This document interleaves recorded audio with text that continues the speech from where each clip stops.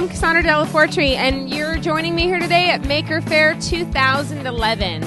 Last year they had 80,000 attendees. We're expecting even more this year. We're going to check out some robots, handmade contraptions, steampunk outfits, art, and all kinds of cool things. Come with me, let's check it out. Hi, we're at Maker Faire 2011 with Christina McFall, and we're going to check out her cyanotype fabric dyeing process. So, Christina, tell me a little bit about what you do. Great. So the cyanotype is a photographic printing process that you can use to design, print your own fabric designs on fabric or paper. And one of the great things about it is that you can print on all kinds of different fabric. So there's lots of different textures that you can try, different kinds of fabric. Like I have silk and wool and cotton and linen.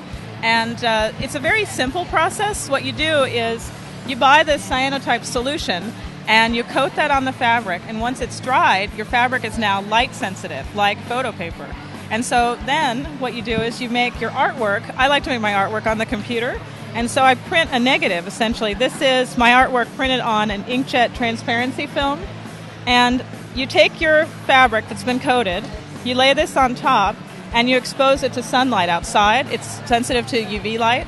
And so what happens is where your negative is clear, it's going to turn dark blue. So maybe this one's better.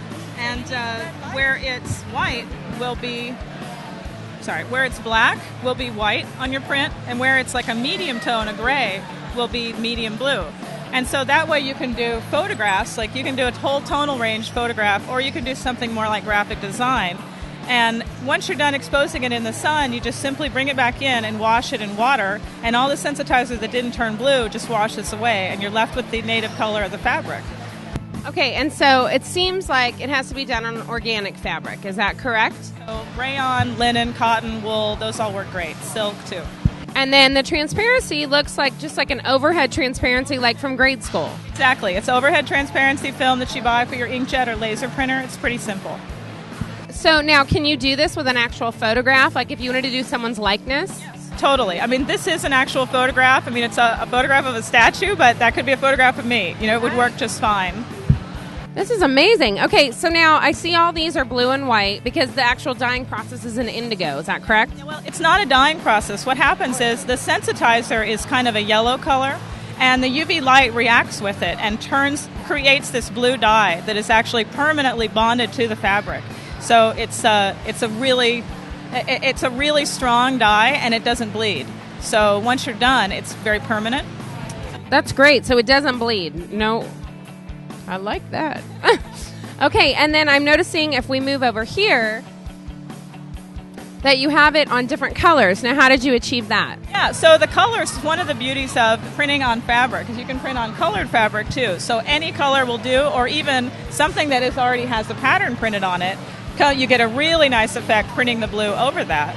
Yeah, I think this is just adorable. Like, I'm ready to make a cute tote bag or a pillow out of that. Get really creative with this. I mean, every time I go to the fabric store, I find something new that I want to print on. So the sky's the limit. The printing on hand knits and hand crochet is really nice too. So. Now, how did you start doing this? Oh, I started in photo school.